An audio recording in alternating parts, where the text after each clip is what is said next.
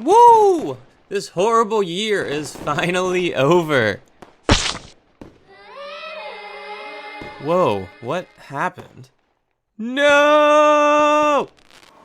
If you are looking for an anime centered around time loops and do-overs, then this video is for you. Just leave a comment down below for what waifu you think this is. Stick around till the end to find out what's inside this anime loot crate. Number 1. Yuno, a girl who chants love at the bound of this world.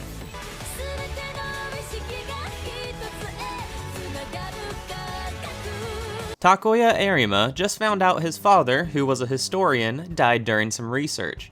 As the days go by, some packages begin to arrive which are addressed to Takoya. These packages contain an ancient relic, some research papers, and a note from his deceased father which tells him two things.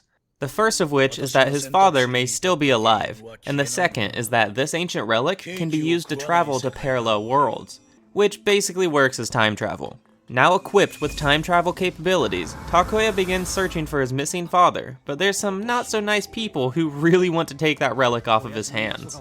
This ridiculously long titled anime is like Re:Zero due to them both being isekai anime where the protagonist is able to turn back time in order to correct his previous mistakes.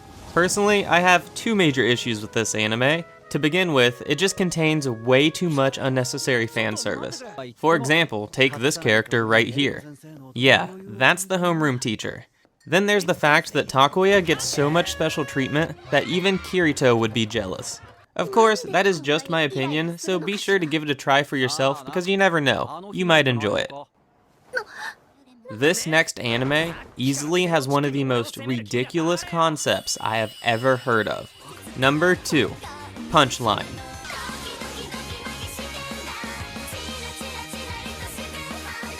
Shortly after surviving a bus jacking, our protagonist Yuta realizes that his soul has been forced out of his body, turning him into a spirit.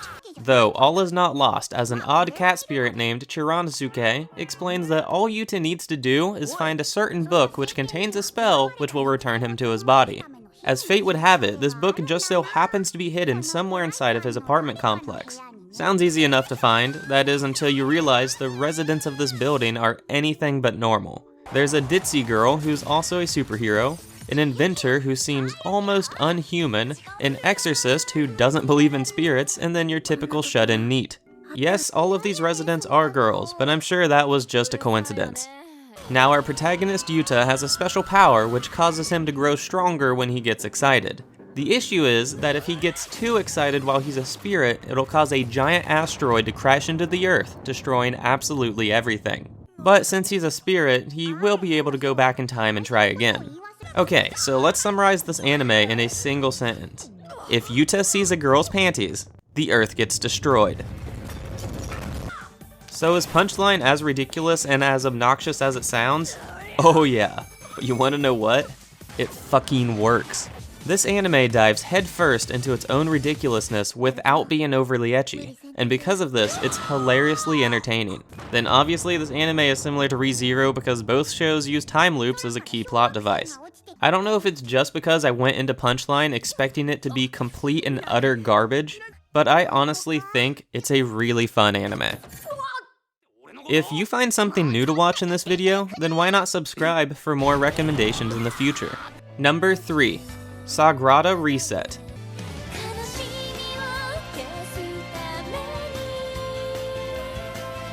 Almost every citizen in Sakurada City has a superhuman ability, but most of them are pretty mundane with almost no significant uses. For example, Kei's ability is his superhuman memory, which allows him to remember basically everything that he has ever experienced. This anime begins whenever a female classmate gives Kei a letter asking him to meet up on the roof after school. He shows up to the meeting, but the girl waiting for him is not the same girl who wrote the letter. They talk for a bit, but then all of a sudden, Kei finds himself in what seems to be the past, with all of his memories of what's to come. Going to the roof again, for the second time, reveals that this girl's ability allows her to turn back time, but doing so erases everyone's memory, including her own. Since Kei is now aware of this power, his superhuman memory is immune to the resets. So Kei and Haruki begin using this god-tier combination of powers to benefit the many citizens of Sakurada City. Sagrada Reset is like ReZero because both anime have time loops which the characters use to create better outcomes. This anime is not dark and gruesome like ReZero, but it still manages to establish a sense of seriousness by limiting the amount of times they're able to reset. I really enjoyed Sagrada Reset, but if you are still unsure, then just watch the first 2 episodes, as that will tell you everything you need to know. These anime aren't similar to ReZero, they aren't even isekai. Don't worry, isekai addicts, I'll throw you a bone. Number 4. My Next Life as a Villainess.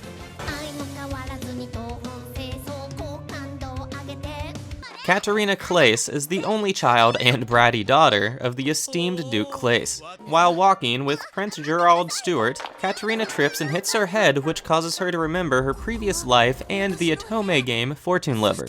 After racking her brain for all the details she can muster, Katarina comes to the conclusion that she has been reborn into the world of Fortune Lover. But there's a problem. She is currently living as the main villain of the game, who is destined to be killed and/or exiled. Using the knowledge from her previous life, Katarina begins planning out every possible measure that she needs to take in order to avoid her doom flags. My Next Life as a Villainess is on this list due to the setting and time loop-ish scenario. Obviously the settings are similar because they're both isekai anime. Then since Katarina has played the game she's now living in, she's able to use knowledge of the future to her advantage, which is somewhat similar to how Subaru uses his infinite number of respawns to create a favorable outcome. Now ReZero can get pretty dark at times, while My Next Life as a Villainess is mostly lighthearted. So if you want to see a similar setup but taken a completely different route, then give this anime a shot. If you are looking for an anime with some blood and gore, then here you go. Number 5. Higurashi.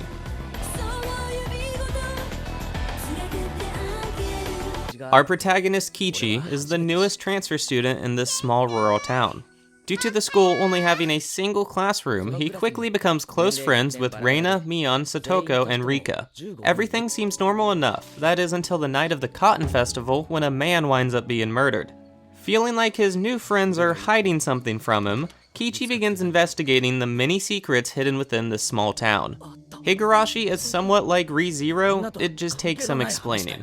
So Higurashi is based off of a visual novel, and if you don't know, visual novels have multiple endings depending on your choices, and through each ending, you learn bits and pieces about the overall story. Higurashi captures this aspect of visual novels through multiple short story arcs. Each arc is essentially the same overall plot, but the characters make different choices each time. Now, the characters don't remember the previous story arcs, but each new arc sheds more light on the overall story. So Higurashi gives off a similar vibe to ReZero, even though it's not exactly the same thing. One thing that is the same in both of these anime is the amount of blood and brutality that the characters go through. Basically, this is one of those situations where if you like one anime, then chances are you're going to like the other one. Before we get to the loot crate, let's see if you were able to guess what waifu this is. It's Stella Vermilion from Chivalry of a Failed Knight.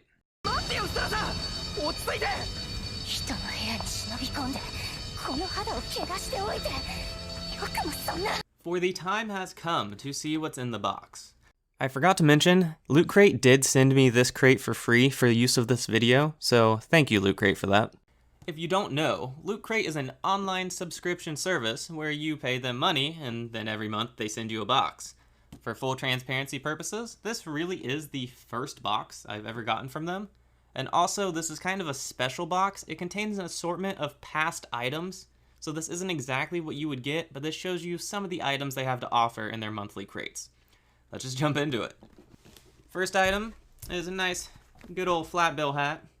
Not really my style, and I haven't watched Astro Boy, but I do like the design on it. You can't really tell, but he's got kind of a design on his face. My camera sucks, so you can't really pick it up, but it's not just like a white face. Next up, I'm going to show you one of the 2 figures. I have already taken these out of the box because I didn't think you really want to see me unwrap them. First one is going to be from Alita Battle Angel. I have not actually watched this anime. I'd always wanted to, but just haven't gotten around to it. Here you go. Sorry for the shoddy lighting in this room. We're going to jump right into the next figure, which is actually from one of my, not going to say favorite anime, but it's an anime I really enjoy, and that is Ruby. I know a lot of you probably don't even consider this anime, but I definitely do. And it's just Ruby's Scythe, the Crescent Moon. I don't collect figures, so I don't really know if these are like good figures or not, but I mean, I like the way they look. I mean, kind of mainstream normie here, but My Hero Academia water bottle. Can't complain there. Then two smaller things before I show you the t-shirt that comes with every box. First is just a little pin from Alita Battle Angel.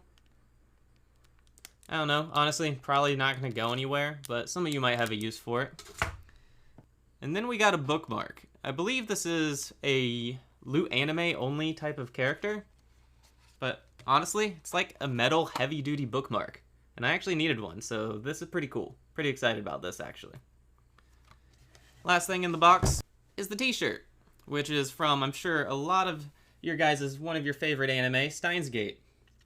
Honestly, haven't finished it.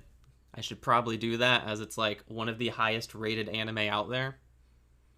But yeah, that's Loot Crate. If you would like to get a crate of your own, then I will have a description down below with a link which you should use, because then some of that money goes back to this channel. I also have a discount code, which will be right there beside it. So if you want to get you a crate, they'd have 1 month, 6 month, and 12-month options. Thanks for watching, everyone. I hope to see you next time. If you haven't noticed, I don't like being on camera.